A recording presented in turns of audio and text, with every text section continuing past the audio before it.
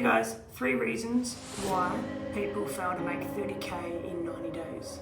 Reason number 1 is they don't know how to market digitally, and that's what this blueprint solves. It teaches you everything you need to know step by step how to digitally market in the right way to attract customers to you. Number 2 is they are not consistent. Consistency is the key when you are marketing digitally.